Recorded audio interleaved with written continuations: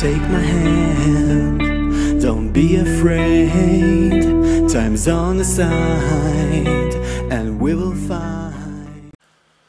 Hospital porters, pride and dignity. Stop the New World Order. Welcome to Panwo TV. This video is a homage to one of my favourite YouTubers, and that is Slaxxxer. Because Slaxxxer has just announced that he is leaving YouTube. This is very sad. However, he's not hanging up his webcam. He is still going to be making videos, just not on this particular platform. This is quite fitting actually, because it seems to gel very well with what I've been talking about in the last 2 or 3 videos. And I sympathise with him enormously for the predicament that he's been in. First of all, when did I first come across Slaxxxer? I think I first came across him when he first started uploading, which was shortly after me, I think, or maybe just before, I'm not sure, but I came across him very quickly on YouTube, and I very quickly became really hooked on his insights on his vlog. It's a very simple one-man vlog. I mean, well, he's become more elaborate in the last couple of years, but his base style is a simple one-man vlog. He's walking around a little country walk near where he goes. And well, I imagine that he may have started just thinking about things. People go to walks, people go off for walks and have thinking to get into deep thought. And so he might have done this, and then at one point said, "Well, why don't I record my thoughts?" And he got a camera and he started recording them. And then he, of course, once we had video sharing sites, you can upload them and you can share them with the world. I'm guessing, well, that's a speculation of how Slaxxxer got into YouTubing. It seems pretty similar to how other people get into YouTubing. He's a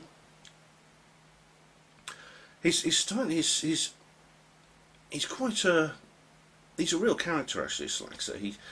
He's a very deep thinker, and he discusses all kinds of subjects, almost every subject imaginable. But he focuses very much on human relationships, families, child rearing, relationships between men and women, relationships between friends, things like that. That tends to be his forte. That tends to be the centre of his particular sphere of interest, and he does it very, very well. And his insights are extraordinary. His commentary is quite harsh, sometimes scathing, and very few people have escaped the sharp edge of his tongue, including your humble presenter. Yeah, I've had some rocky moments with Slaxxxer, and we fell out twice maybe. And but even when we fell out and I stopped commenting on his videos, I still watched them. I still subbed to him. I still watched them. I couldn't resist them. Whenever he uploads something, I say, "Oh," it would have come up in my feed, and I say, "Oh, good, Slaxxxer's uploaded another video," and I knew I'd be in for a really good treat. And it is. I mean, none of his videos are ever boring. They're always worth watching. They're always thought-provoking. And he has developed a reputation. He's got lots of people actually who are close to him and follow what he does. And it's well earned. I'd like to thank him for all his dedicated filming and videoing for YouTube. I really do want to appreciate him for that. The good news is he's simply moving to other platforms. He did a video explaining what happened, and he's on BitChute, he's on Facebook, he's on Steemit as well. On DTube, which is the video sharing segment of Steemit. Steemit, I've mentioned Steemit before. It's one of these alternative free speech social media platforms. It's a combination of it's got everything. It's got like a vlogging area. It's got a share your thoughts area. It's got a video sharing area. Everything. It's got everything on it. So he's on Steemit. So I've subbed to him on all these alternative platforms. I'm going to continue to follow him there. As I said in previous videos, probably we're all going to end up there eventually, unless you're not willing to just simply make videos of yourself like rolling on the beach. This is where you're going to end up. Now the story of how he left YouTube is all very sudden. because I made my own video about YouTube. Or, which one was it? It was about Stefan Molyneux almost being banned, my last one. And Slaxxxer put a comment under there and says, you can see the comment, it's still there. Could you shout out what's happened to me? And I said, you know, because I'm off YouTube, and I thought, what? Because these days I tend to catch up with Slaxxxer about once a week, because of other commitments I have. But I always go through his back catalogue, whatever he's been uploading. And he had made a video explaining what happened. I mean, first of all, when I went to his channel, I couldn't believe it. There's just one video there. I thought, oh my God, what's happened? I mean, I thought, oh no, because I mean, this has happened before. Basically, when his oh, it's so stupid, because he's had this crap before with his wife, because her video was flagged, and he's had videos flagged when he just shows her, like, oh, it's crazy, and for breaching community guidelines, because she's like semi-naked or something, and even though she's decent, but she's semi-naked.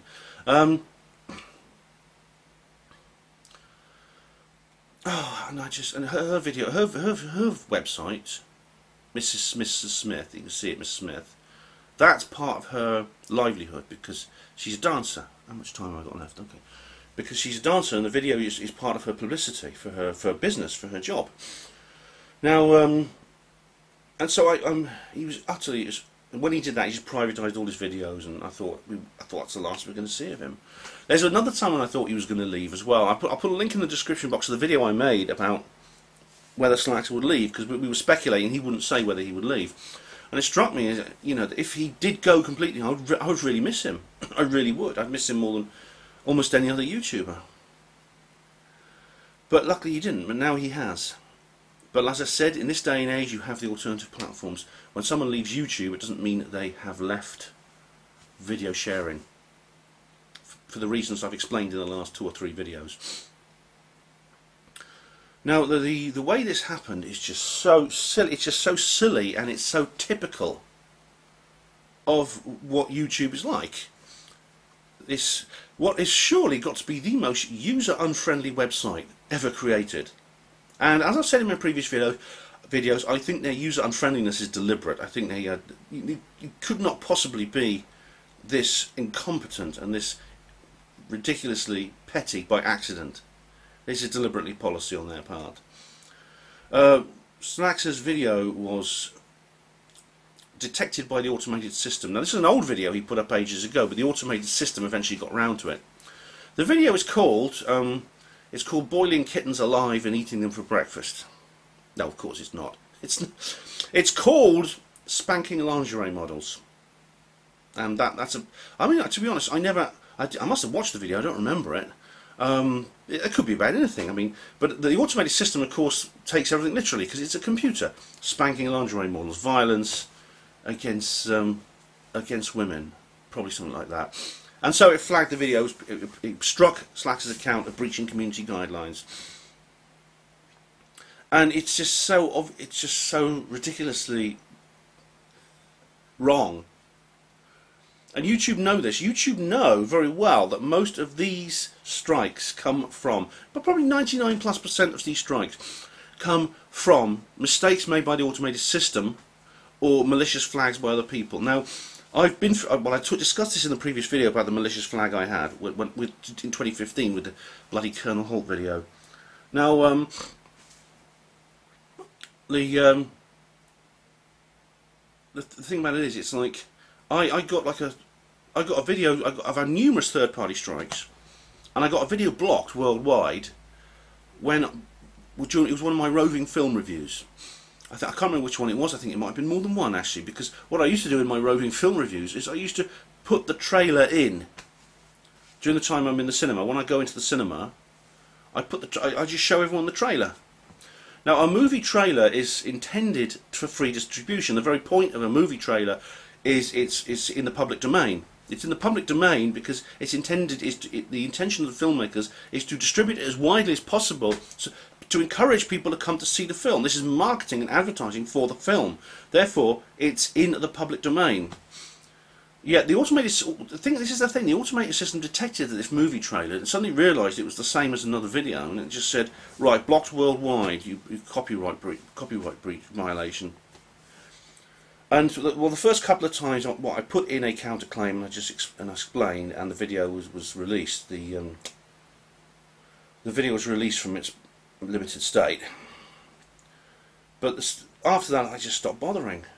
And this is what Stephen Molyneux means about self-censorship. And although it was a different kind with me, I just stopped including the trailers. So my videos, I had to limit my videos, make them not as good, because of something that would be done to them for no reason at all. Now, I know some of you may be critical of Slaxxxer. You may be saying, "Oh, put in a counterclaim, you'll get it sorted in a little while." And of course, that's true. You can put in a counterclaim, and no doubt, eventually, Slaxxxer would be able to get his channel released from the strike. But the problem is it takes so damn long. And as Sargon of Akkad said, it's like talking to God, talking to YouTube. You write to them, they don't get back to you. Usually you get sometimes you get a template reply a month later. Or you get and then you get, they'll do something like they'll release the strike and not tell you. And the first thing you hear about is when people say, "Hey, I can see your video again, Dave." It's for some people, for many people, and I understand why. It's just too much bother. It's just not bloody worth it. I haven't just got time. I'm just going to change the film chip. Hang on, back in a sec. It's just not worth it, like I said. And I understand this. And really, the problem is the system. The problem is the YouTube system, which is not going to be fixed because they don't want it fixed. Because they want content creators like us out, as I explained. They want YouTube TV. They want it to be a mainstream TV internet station, like something like Netflix plus CNN plus cat videos. That's what they want. They don't want us there.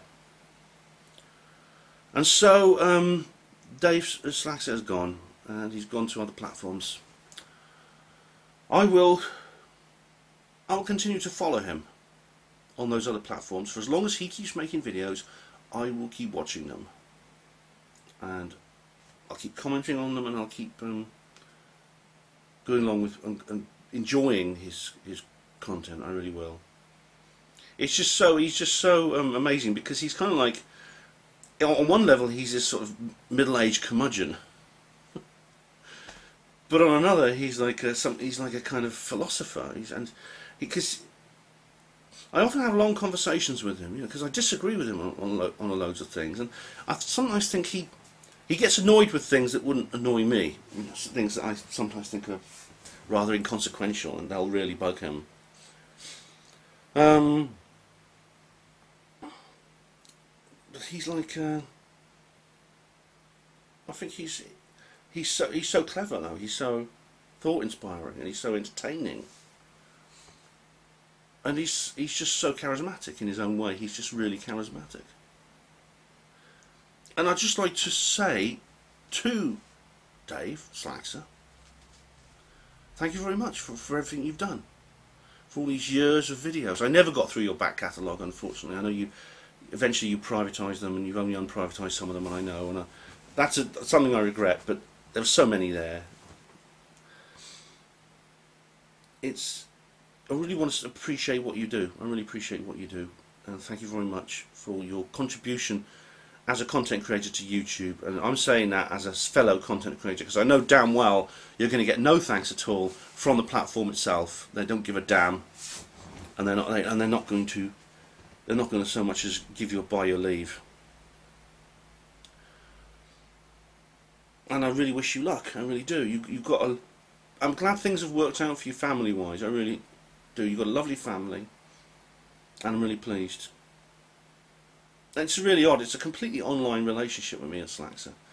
But he lives quite close, actually. He only lives about 10 miles from me.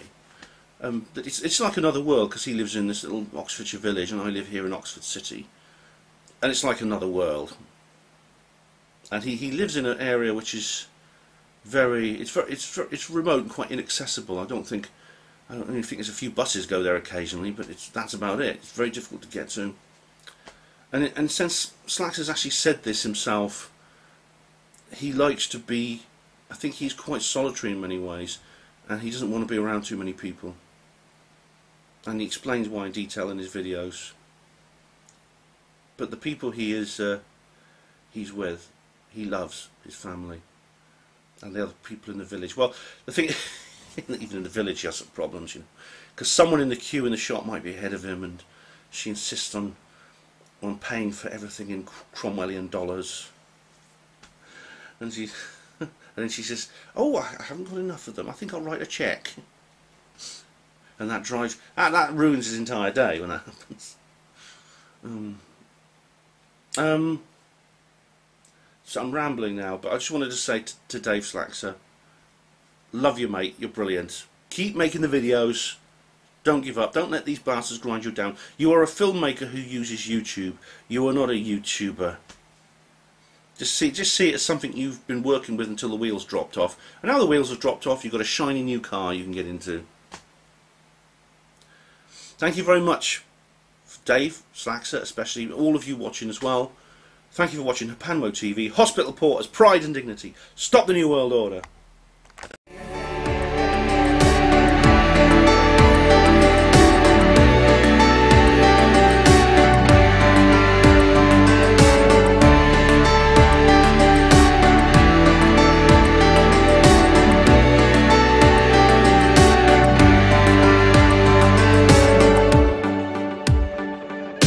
Hold me now and don't let me go.